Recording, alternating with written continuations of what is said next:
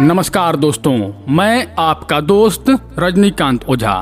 क्या हुआ था जब कर्ण ने भगवान कृष्ण को 60 बाण मार दिए थे, यह जानने के लिए इस वीडियो के अंत तक बने रहिए। दोस्तों, महाभारत युद्ध 18 दिनों तक चला था, जिसमें कौरवों और पांडवों के मध्य घमासान युद्ध हुआ था।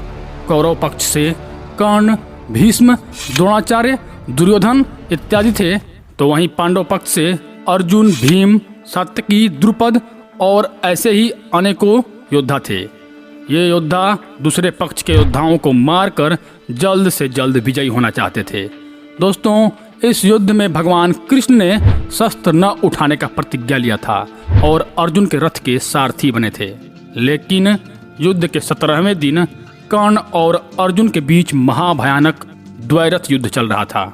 दोनों तरफ से बाणों की वर्षा हो रही थी। दोस्तों, एक समय ऐसा आया कि धनुष की डोरी अधिक खींच जाने से गांडीव का प्रत्यंचा टूट गया। तभी अस्त्रवेत्ताओं में श्रेष्ठ अंगराज कर्ण ने श्री कृष्ण के छाती को छलनी कर दिया और महापराक्रमी अर्जुन समेत भगवान कृष्ण को 60 घातक बाण मारे थे। कर्ण ने भीमसेन को भी बुरी तरह से लहूलुहान कर दिया। चारों ओर घोर कोलाहल मच गया था, रक्त का धाराएं बहने लगी।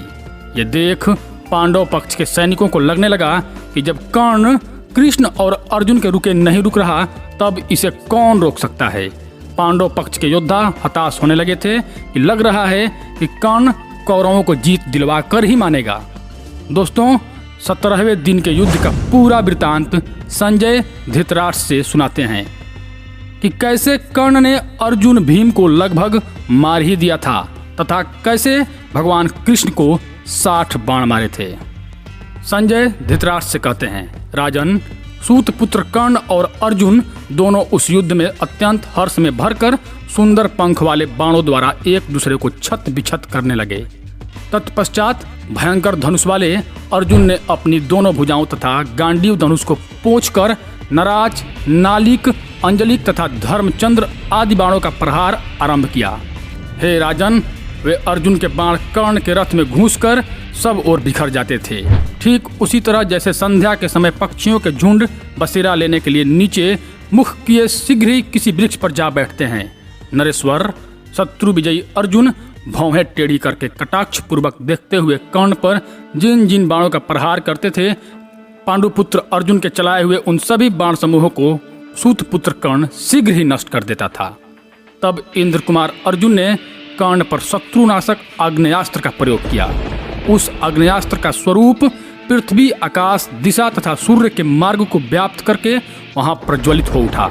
इससे वहां समस्त योद्धाओं के वस्त्र जलने लगे। फिर प्रतापी सूर्य पुत्र कर्ण ने उस आग्नेयास्त्र को उद्दीप्त हुआ देखकर रण क्षेत्र में उसकी शांति के लिए वरुणास्त्र का प्रयोग किया और उसके द्वारा उस आग को बुझा दिया। फिर तो बड़े वेग से मेघों की घटा घिराई और उसने संपूर्ण दिशाओं को अंधकार से आच्छादित कर दिया। तदनंतर कर्ण की ओर से आए हुए संपूर्ण मेघ समूहों को वायव्यास्त्र से छिन्न भिन्न करके शत्रुओं के लिए अजेय अर्जुन ने गांडीव धनुष, उसकी प्रत्यंचा तथा बाणों को अभिमंत्रित करके अत्यंत प्रभावशाली वज्रास्त्र को प्रकट किया, जो देवराज इंद्र का प्रिय अस्त्र है। उस गांडीव धनुष से क्षुरप्र, अंजलिक, अर्धचंद्र, नालिक, नराच और वराह कर्ण आदि तीखे अस्त्र हजारों की संख्या में छूटने लगे। वे सभी अस्त्र वज्र के समान वेगशाली थे।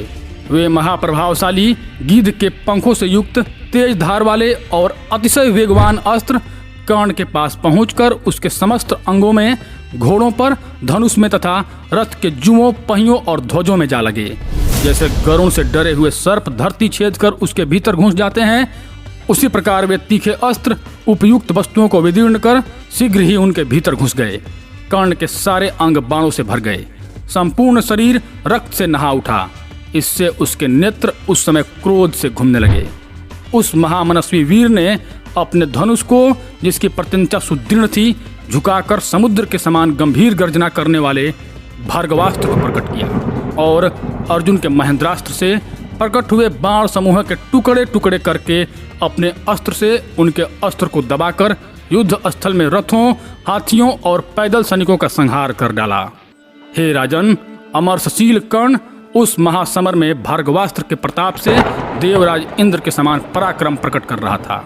फिर अर्जुन ने ब्रह्मा जी को नमस्कार करके, जिसका मन से ही प्रयोग किया जाता है, उस असह्य एवं उत्तम ब्रह्मास्त्र को प्रकट किया। परंतु जैसे मेघ जल की धारा गिराता है, उसी प्रकार बाणों की बौछार से कर्ण उस अस्त्र को नष्ट करके बड़ी शोभा पाने लगा। संजय धृतराष्ट्र से पुनः कहते हैं, राजन, अर्जुन और कर्ण उत्तम बाणों द्वारा एक दूसरे को चोट पहुंचा रहे थे। उनके धनुष, प्रत्यंचा और हथेली का संघर्ष बड़ा भयंकर होता जा रहा था और उससे उत्तम बाण छूट रहे थे। इसी समय पांडु पुत्र अर्जुन के धनुष की डोरी अधिक खींची जाने के कारण सहसा भारी आवाज के साथ टूट गया। उस अवसर पर सूर्यपुत्र कर्ण ने पांडु कुमार अर्जुन को 100 बाण मारे। फिर तेल के धाए और पक्षियों के पंख लगाए गए केचुल छोड़कर निकले हुए सर्पों के समान भयंकर 60 बाणों द्वारा वसुदेव नंदन श्री कृष्ण को भी छत बिछत कर दिया। इसके बाद पुनः अर्जुन को 8 बाण मारे। तब कर्ण के बाणों से जिसका अंग अंग छत बिछत हो गया था, उन कुंती कुमार अर्जुन ने रणभूमि में अत्यंत कुपित हो शीघ्र ही धनुष की प्रत्यंचा को झुकाकर चढ़ा दिया और कर्ण के चलाए हुए बाणों को छिन्न भिन्न करके कौरवों को आगे बढ़ने से रोक दिया।